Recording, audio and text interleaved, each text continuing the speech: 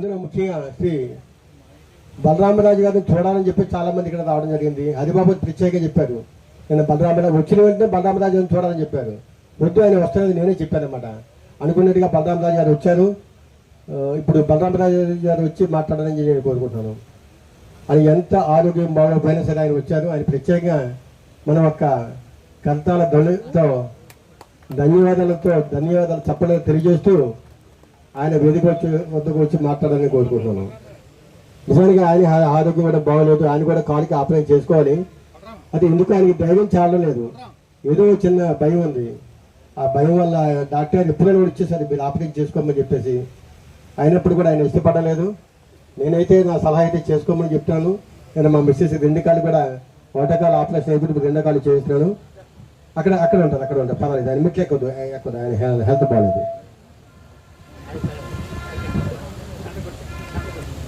పాపారావు చెప్పినంత ఇదేం కాదు, పర్వాలేదు, హెల్త్ బాగుంది. నేను చూడడానికి యంగ్ అండ్ ఎనర్జెటిక్గా ఉంటాను, కానీ నాకు బీపీ ఉంది, షుగర్ ఉంది, స్టంట్ కూడా వేసాను. ఈ మధ్యకాలంలో నాకు నీ ఆపరేషన్ కావాల్సి వచ్చింది, పెర్మిషన్ కూడా తీసుకున్నాను. సో ఇవన్నీ సైడ్ ఎఫెక్ట్స్ ఉండడం వల్ల నేను ఇంట్లో కూడా వద్దన్నారు. నాకు 75 వచ్చింది కాబట్టి ఇంకా అన్నాలు ఉంటాం అని చెప్పేసి నేను ఆపరేషన్ వెళ్ళలేదు. ఏదో అలా కాలక్షేపం చేస్తున్నాను. సరే, వేదికను అలంకరించిన పెద్దలకు, ముఖ్యంగా కమిటీ వారికి ధన్యవాదాలు. అలాగే ఈ కార్యక్రమాన్ని ఘనంగా నిర్వహిస్తున్నారు. గత 8 సంవత్సరాల నుంచి ఎంతో ఉత్సాహంగా కొత్త పోరాటాలతో స్వభగులు అద్దుతూ కొత్త విషయాల్ని కొత్త అరేంజ్మెంట్స్, మనకు తినే ఆహార పదార్థాలు కూడా కొత్తగా ఇస్తున్నారు.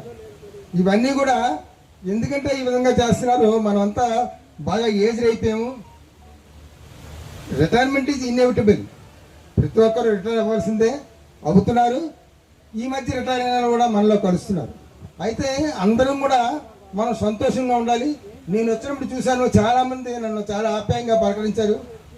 అందరూ నవ్వుతూ సంతోషంగా చాలా ఉత్సాహంగా కనిపించారు. నాకు చాలా ఆనందం వేసింది. ఎందుకంటే నేను అసలు రాలేని పరిస్థితి, లాస్ట్ టైం కూడా ఇదే పరిస్థితి, అయినా వచ్చాను. ఈసారి కూడా కొంత హెల్ప్ తీసుకొని రావడం జరిగింది. సరే, అందరూ అంతా సంతోషంగా ఆనందంగా ఉన్నారు కాబట్టి ఏదో ఒక 2 విషయాలు మరి నేను మాట్లాడతాను. ఎప్పుడూ మనం నవ్వుతూ ఉండాలి. ఎదుటివాడిని నవ్వుతూ పలకరించే అంతకంటే ఆ బహుమతి ఇంకోటి ఉండదు. మనం ఎప్పుడు నవ్వుతూ ఉంటే మనకు ఆనందంగా ఉంటుంది. నవ్విస్తే ఎదుటివారికి మనం అందంగా కనబడతాం. మనం నవ్విస్తే వారు ఆనందంగా ఉంటారు. నవ్వుతూ నవ్విస్తూ బలపడేదే మన అనుబంధం.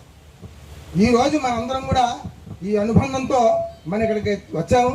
ప్రతి ఒక్కరు కూడా వీలైతే, అంటే నా మట్టు నేను సెల్ఫ్ చెప్పుకోవడం కాదు, నేను చాలామందికి ఫోన్ చేసి మాట్లాడుతుంటాను, వాట్సాప్లో మాట్లాడతాను, మెసేజ్లు పెడతాను. అలాగే ప్రతి ఒక్కరు కూడా అంటే మన బాగోగులు తెలుసుకోవాలి, మనం బాగున్నామని తెలియాలి. ఆ విధంగా అందరూ కూడా దయచేసి, అంటే కొంతమంది తెలియకపోవచ్చు, తెలిసిన వాళ్ళు మనకు బుక్ ఇచ్చారు, హ్యాండ్ బుక్, అందులో నెంబర్సే ఉంటాయి. నేను అప్పుడప్పుడు ఆ నెంబర్స్ కూడా చూసి కొంతమంది ఫోన్ చేస్తుంటాను. ఈ మధ్యనే బి ప్రకాశం గారి ఫోన్ నెంబర్ నాకు దొరకలేదు, ఇంతకుముందు ఉండేది. అది చూసి ఆయన మళ్ళీ ఆ మధ్యన ఫోన్ చేశాను. ఆయన చాలా హ్యాపీ అయిపోయారు. అంటే ఎందుకంటే నేను విషయం చెప్తున్నాను, ప్రతి ఒక్కరు కూడా అందరినీ కలవాలి. ఏదో సంవత్సరం తర్వాత కలవడం కాదు, మధ్యలో కూడా మనం అందరూ కలిసి ఫోన్ ద్వారా మాట్లాడి వారి బాగోగులు కూడా తెలుసుకోవాలి. మనకి ఎప్పటికప్పుడు కమిటీ వారు మనకి అన్ని విషయాలు వాళ్ళు మనకు తెలియపరుస్తున్నారు గ్రూప్ మీద, అవన్నీ కూడా మనం అబ్జర్వ్ చేస్తున్నాం. సో మనం గతం తెలుసుకుంటే గతంలో మనం చాలా ఇబ్బందులు పడిన వాళ్ళు ఉన్నారు. ఎప్పుడు ఇల్లాలు పిల్లలు, బాక్సులు, టాస్కులు, ఓటీలు ఉంటాయి ఉండవు, ఇవన్నీ అంత టెన్షన్తో మన జీవితం గడిపాం. మా జీవితకాలం అయిపోయింది. ఇప్పుడు మనం కొత్త పంతులతో, కొత్త ఉత్సాహంతో, ఉత్తేజంగా మనం ఈ కార్యక్రమాలకి వస్తున్నాం. సరే, ఈ కార్యక్రమాలు అందరూ కూడా రావాలి. ఎవరైనా రాకపోతే వాళ్ళు కూడా తీసుకొని రావాలి. Each one catch one. ప్రతి ఒక్కరు కూడా ఇంకోళ్ళని తీసుకురావడానికి ప్రయత్నం చేయాలి. ఎందుకంటే వీళ్ళంతా మహత్తరమైన కార్యక్రమాన్ని చేస్తున్నారు. అటువంటి కార్యక్రమంకి మనం వాళ్ళని కూడా తీసుకోవాలి. ఇక్కడికి వస్తే మంచి అనుభూతి ఉంటుంది. అన్నీ మర్చిపోతాం, ఇంటి దగ్గర ఏ సమస్యలున్నా మర్చిపోతాం. ఇంత అనుభూతి మళ్ళీ ఇంకెక్కడ మనకు దొరకదు. ఏవో చిన్న చిన్న సమస్యలు ఉంటాయి, ఆ సమస్యలు మనం సామరస్యంగా పరిష్కరించుకోవాలి. ఏ man who cannot tolerate small things, he can never accomplish great things. మనం చిన్న పనులు చేయకపోతే పెద్ద పనులు చేయలేం. చిన్న సమస్యలు ఉన్నప్పుడే మన సమస్యల్ని సర్దిద్దుకోవాలి. ఇంకా చెప్పాలంటే మన వాళ్ళు చాలామంది నాకు అప్పుడప్పుడు కనిపిస్తుంటారు. ఏమండి ఎలాగున్నారు మీరు, లాస్ట్ టైంకి ఇప్పటికే చాలా వ్యత్యాసం ఉందని. వ్యత్యాసం అంటే ఏమీ లేదు, కానీ ఇంతకుముందు కలర్ వేసి ఉండి ఇప్పుడు కలర్ వేయలేదు, అంతే వ్యత్యాసం. సో ఏదైనా ఇప్పుడు చూసారా ఈ డైలాగ్ చాలామంది నవ్వుతున్నారు. మనందరం నవ్వాలి, ప్రతి ఒక్కరిని నవ్విస్తాలి, అందరూ సంతోషంగా ఉండాలి. రేపు వచ్చే సంవత్సరానికి అందరూ సంతోషంగా హ్యాపీగా రావాలని కోరుతూ మీ అందరూ సెలవు తీసుకుంటాను. Thank you very much. Thank you Bhanu గారు. నవ్వడం ఒక అదృష్టం, నవ్వించడం ఒక యోగం, నవ్వకపోవడం ఒక రోగం అని చెప్పారు. అందువల్ల నవ్వకపోవడం ఒక రోగంగా చాలా మంది కూడా భావిస్తుంటారు. ఇప్పుడు పాండా గారు మాట్లాడతారు. ఏం పర్వాలేదు, కొద్దిగా మాట్లాడండి.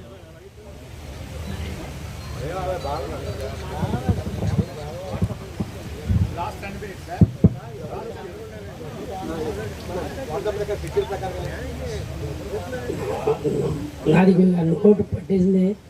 I cannot tell fully. So good morning to everybody. ఎందుకంటే this is my first time I have joined with you. I am very happy by joining with you. మాకంటే సీనియర్స్ ప్లస్ మోస్ట్ సీనియర్స్ ఇక్కడ ఉన్నారు. అసలు నాకంటే కొన్ని juniors డాక్టర్లు కూడా ఉన్నారు. సో నా we all together we have reached here and enjoying a lot. మా దగ్గర ఉన్నవాళ్ళు సీనియర్స్లో గంగాధర్ గారు పితామహ భీష్మలాగా మా దగ్గర ఇక్కడ ఉన్నారు. అలాగా వాళ్ళు డిపార్ట్మెంట్లో ఉన్నప్పుడు గంగాధర్ గారు, రాజు గారు, మధుమోహన్ గారు వీళ్ళంతా ఒకటి మోటో పెట్టారు, ఏంటంటే together we can succeed, unity is integrity. అదే మన డోకెళ్ళు అందరూ ఉద్యోగం చేసినప్పుడు మనం అది యూటిలైజ్ చేసాం. నా also I'm observing after 40 or 50 years of service, we people are gathered here and we are also maintaining the same unity is integrity and together is success. So thank you very much giving this chance to me. Thank you. మాట్లాడచ్చు. ఇప్పుడు అప్పగారు మాట్లాడతారు, తర్వాత అప్పలచ్చ గారు. అలా వాలంటీర్గా రావచ్చు.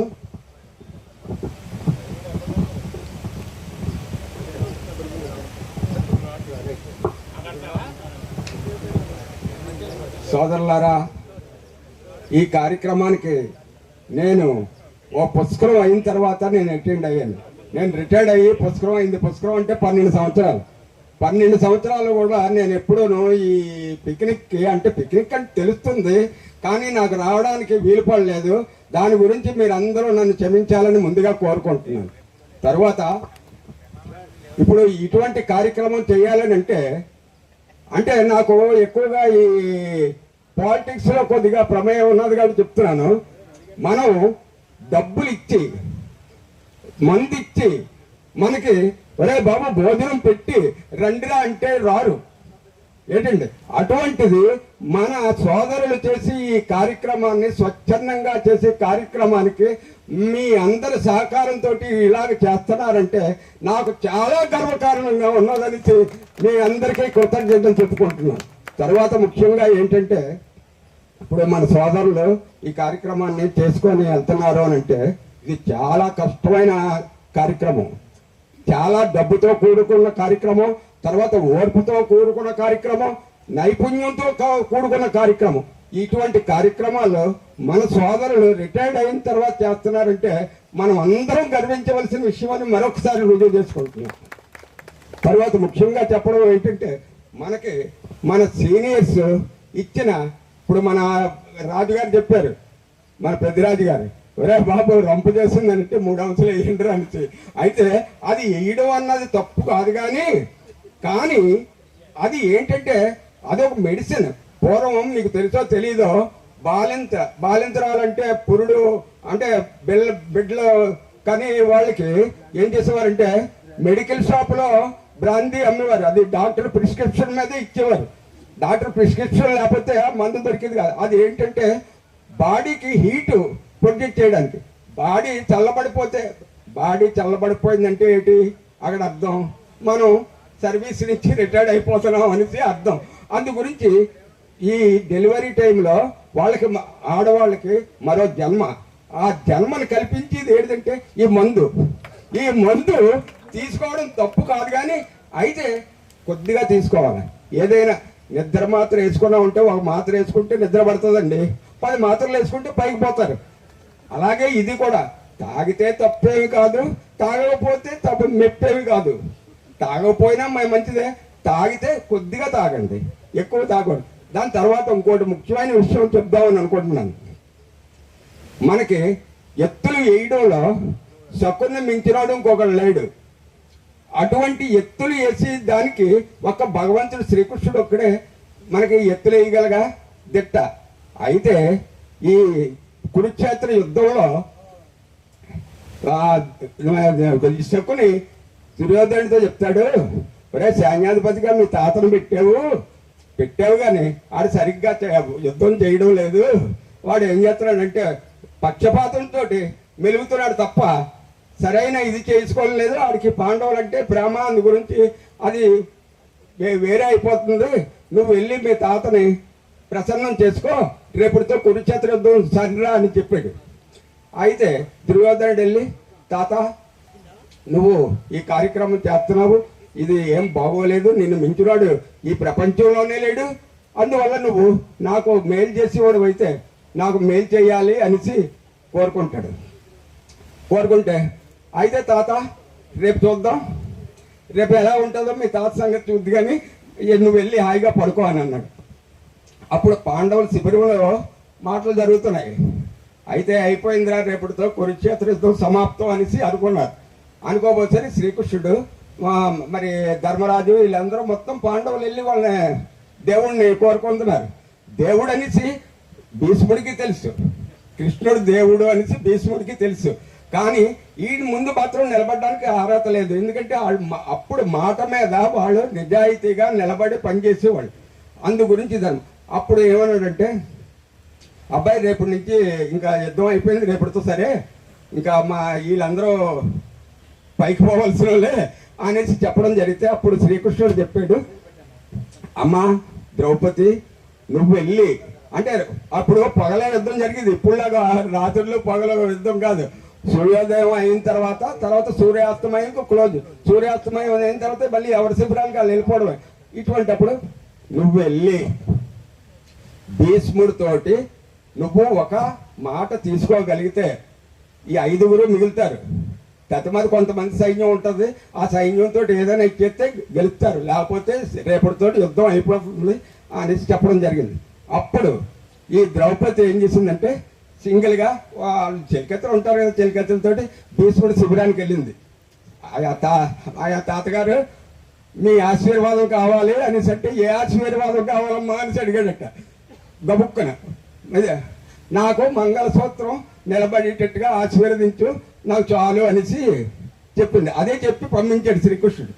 అప్పుడు ఏం చేశాడంటే, నాకు నా మంగళసూత్రం నాకు సరిగ్గా ఉండాలంటే 5గురు భర్తలు కదా ద్రౌపదికి, ఆ 5గురు తప్పించి 10 మందిని ఇష్టం వచ్చినట్టు చేసుకో, ఈ 5గురు ఉంటే రేపు పొద్దున్న ఏదైనా సాధించగలరని ఆ శ్రీకృష్ణుడు తెలుసు కాబట్టి ఇచ్చేసాడు.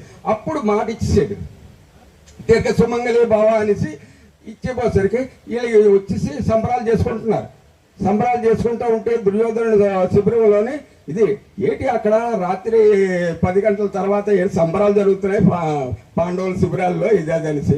రేపటితోటి యుద్ధం ఏమో అయిపోలేదు, భీష్ముడితే టైం అయిపోతుంది అనేసి చెప్పడం జరిగిందట.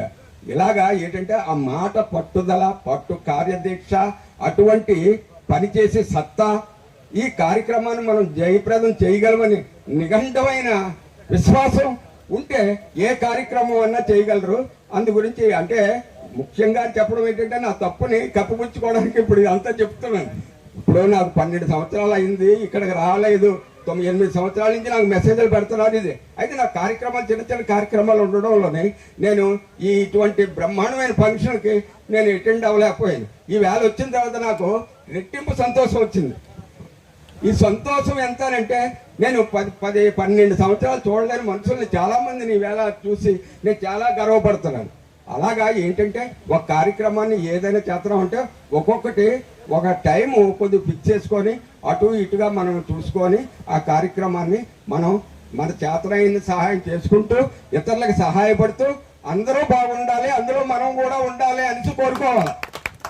అలాగా ఇటువంటి సమాజంలో మనం ఉంటున్నాము అని అంటే అది చాలా గర్వకారణం. అందులో మన సోదరులు ఈ కమిటీగా ఏర్పడి ఇంత బ్రహ్మాండమైన ఫంక్షన్ని ఏర్పాటు చేస్తున్నారు అని అంటే నేను అందులో ఒక సభ్యుడిగా, ఒక ఎలక్ట్రికల్ డిపార్ట్మెంట్లో సభ్యుడిగా నేను చాలా గర్వపడుతున్నాను. ఈ అవకాశం ఇచ్చిన మన కమిటీ మెంబర్స్కి అందరికీ మరోసారి ధన్యవాదాలు చెప్పుకుంటూ నేను విరమిస్తున్నాను. చక్కని